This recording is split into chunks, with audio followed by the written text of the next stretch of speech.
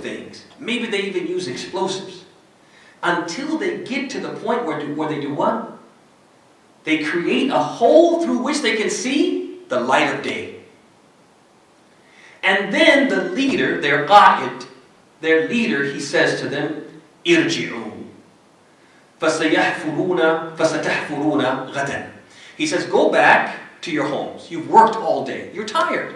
Go back and rest. We put a dent in it. We can finish digging tomorrow. وَلَا يَسْتَثْنِي. But he doesn't say, inshallah. Every day they dig and dig. They create a hole. They get to a point. It's maybe about to be sunset. And he says, go home. You've worked hard.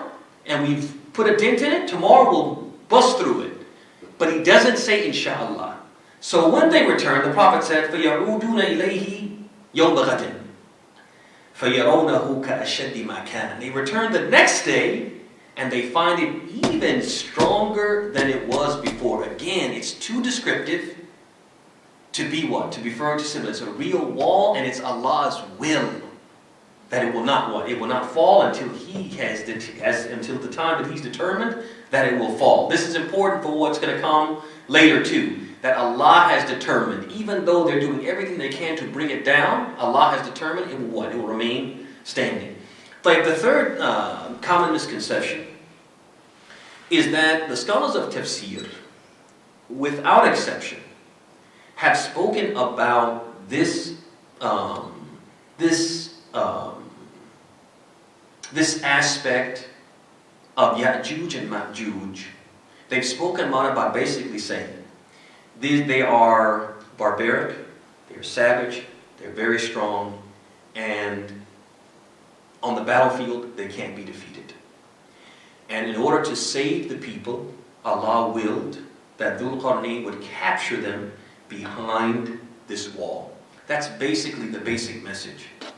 So there are some people who say that the scholars who wrote the books of tafsir and transmitted this explanation or interpretation of these ayat and these ahadith, they basically say that they were under this impression because they didn't travel the world. They didn't travel the world. They didn't explore the world. And so they didn't realize that a place like this doesn't exist.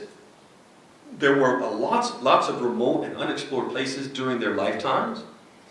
And so they thought, yeah, a place like this could exist. But these people who have this doubt about Yakjud and Makjud, they say now the world has been completely explored. There's not a corner of the world that has not been explored. And no one ever came across this place where Yakjud and Makjud are behind this wall. Therefore, it's not befitting. This is what they go so far as to say. It's not befitting for a Muslim to believe in this now, because no one has discovered this. Our response to that misconception is to say a couple of things.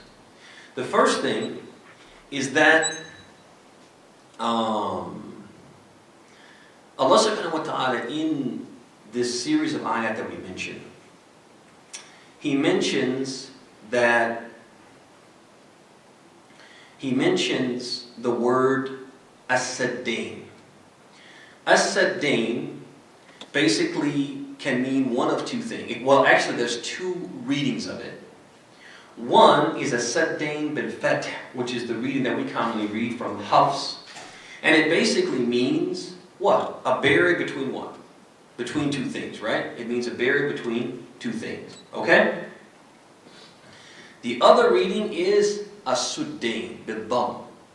And as-suddain is what? Al-ghishawa fil-ayn.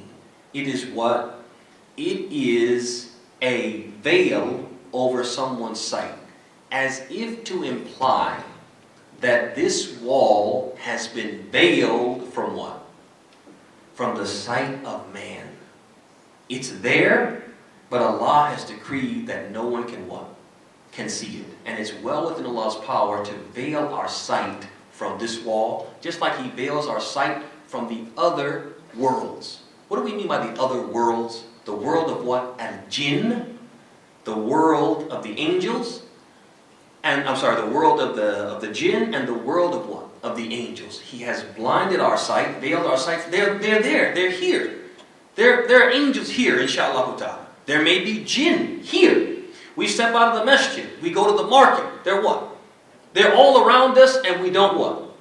We don't see them. Why don't we see them? They're there because Allah has what? Has veiled our sight from seeing them. It's well within Allah's power to hide this what? This wall from us. The second way that we answer this statement is that even to this day, there are lost cities which are being discovered. Places that people are discovering and they didn't know that they were there. This day. And most recently I saw an article about the Khmer Empire. There was a lost city of the Khmer Empire that was discovered in Cambodia. And they talked about how this city was probably an active and living and thriving city in the 9th century. You do the math. Right? That's hundreds of years, right? 9th century. And they said it's been lost since then.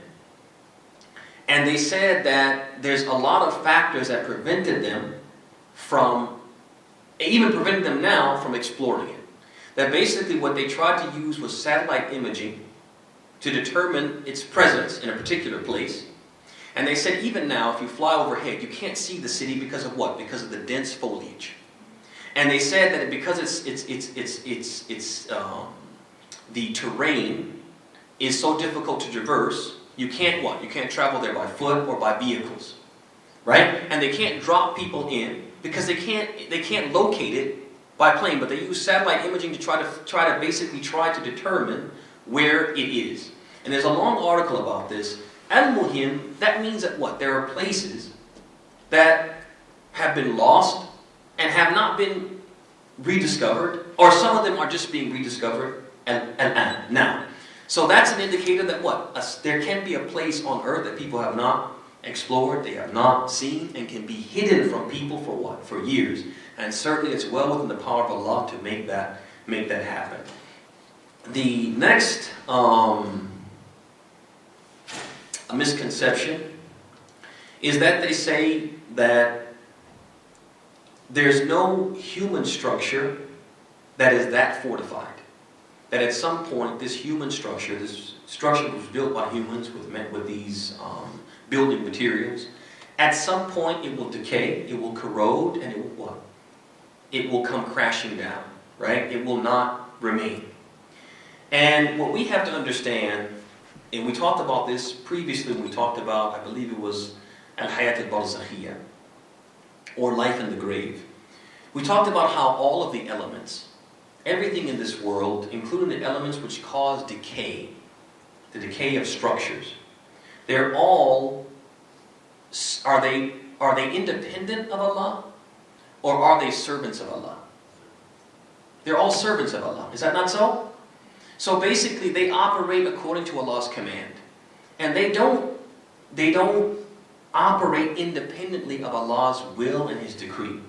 Which means if He orders these elements, which typically cause a building, its mortar, its bricks, its whatever, to decay, He can order them not to what? Not to bring about the decay, not to eat the building, not to weaken the structure. He can order them to do that and they will obey because there will be servants. Just like the Prophet ﷺ, he told his companions, he said, when you give me a salam, when I've passed on and you give me a salam, make salam for me, give me a salam. Allah will send my ruh back to my body so I can what? Return your salam. The companions asked, they were muta'ajjibun, they said, how can this be so? When the worms of the earth will do what? Will eat your body like they eat the body of other people. We know, we've dug up graves and we found that what? They were just totally eaten up. There was nothing left. Sometimes the bones were even what? Had decayed after so much time. How are you going to be able to give us a salam? What did the Prophet say? Who remembers what the Prophet said, alayhi salam? He said Allah has prohibited the earth from what? From eating the bodies of the prophets. Prohibited them. But the earth eats the body of everything else. But if Allah says the earth don't eat the body of the prophets, the earth won't do what? Because it's obedient servant. So the same way if Allah says don't eat this wall, don't let this wall decay, Allah can make it so that what? The wall remains standing firm unaffected by anything. Also add to the fact that the Prophet said what? You know it's being protected by Allah. Because the Prophet said every day they what? Yahfurun, yahfurun. They're digging until they do what? They make a hole in it. And they come back the next day. Ka'ashaddi makan. It's even more fortified than it was the day before. Allah is protecting it. Hatta idha ja'a wa'du rabbi ja'alahu dakka. It's going to be there until Allah decrees that it will do it. Come crashing down and they'll be released from bondage. But last but not least, the last misconception that we mentioned is that some people, they say, we're talking about centuries, we're talking about maybe thousands of years, since Dhul Qarnayn trapped them behind this wall. And the question they ask, they say, how are they eating, drinking, and replicating? It's impossible. They had to have died off.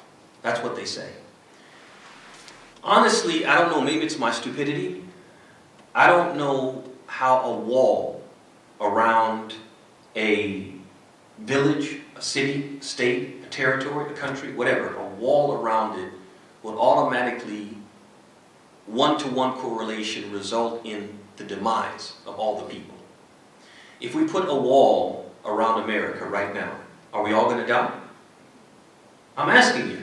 If I'm being stupid, tell me, please. I don't understand the argument.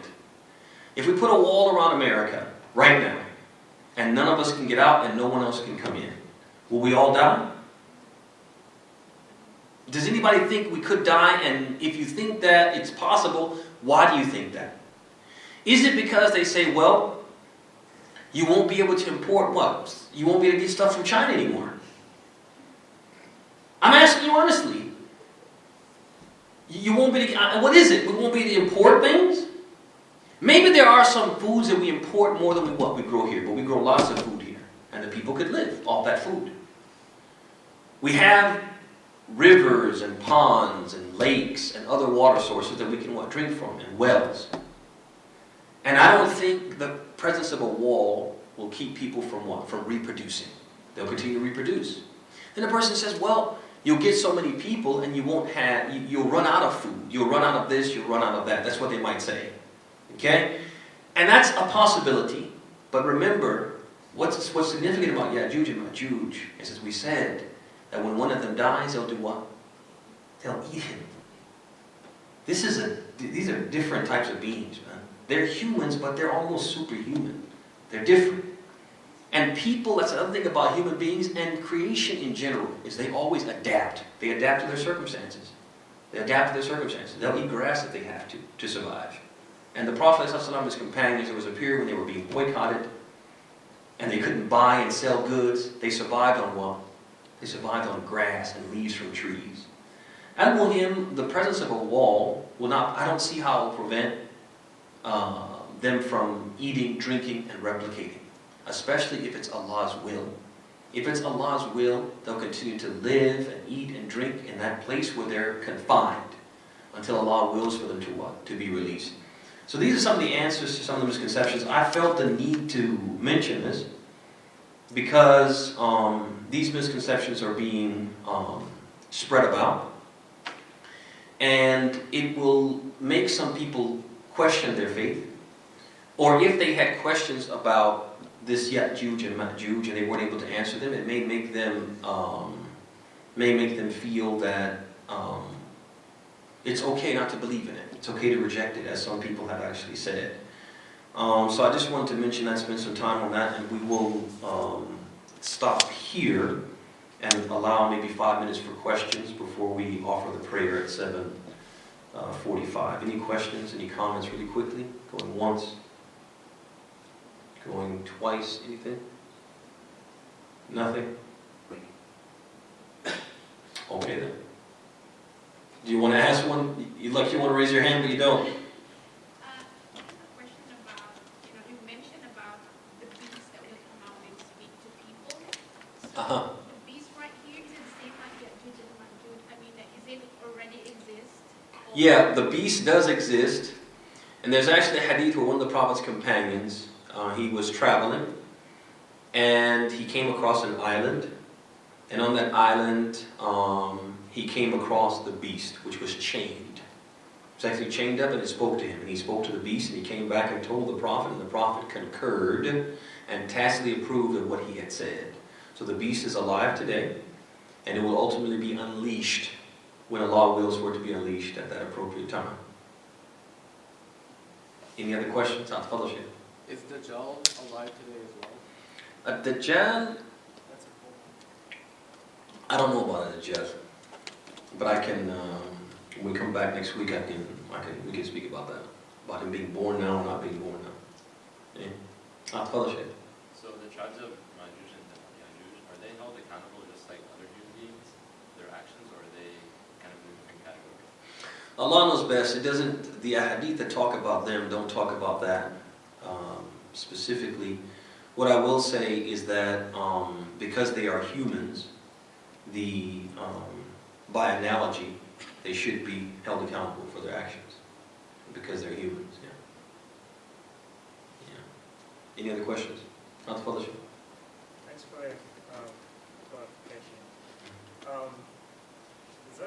What's the explanation why Allah used Yakjud? Why? Huh? Why did Allah use Yakjud? Why? Yakjud, Makjud, that's the names of the tribes, and they're two separate tribes.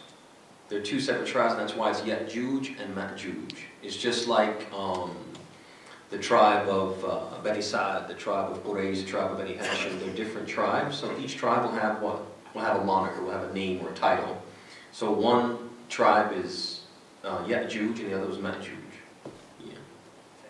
Because there's another explanation that they're like two birds. One is Yakjud and one is Makjud. Really? Two birds?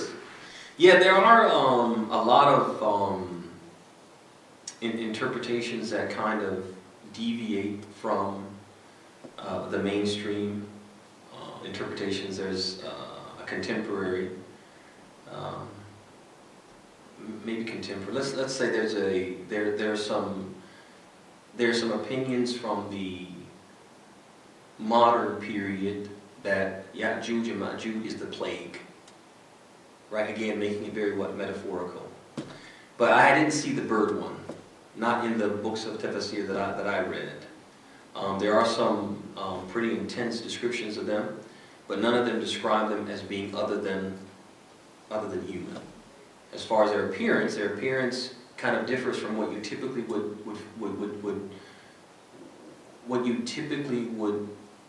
picture a human looking like. But they are specifically mentioned as being what? From Bani Adam, being humans, yeah. Like, any other questions, comments, critiques, going once? So are they stuck in the jinn realm, or? No, they're in this world in a place where there's what? There's this barrier. Oh yeah, but there's a veil, so would it be like they're in the jinn veil, or are they in their own? No, when we say veil, it just means that there's something keeping us from seeing them. Yeah, something keeping us from seeing them. So seeing that a person might be traveling and might get to a place, and it looks like to him that what? There's nothing there, or there's a mountain, or there's just what? Foliage, and actually what? What's behind there it could be something like that. But as with him, we're being, their exact location is being hidden from us, or has been hidden from us, I should say. But, okay, so we'll stop there. Make the adhan. هذا وصلى الله وسلم وبارك على محمد وعلى آله وصحبه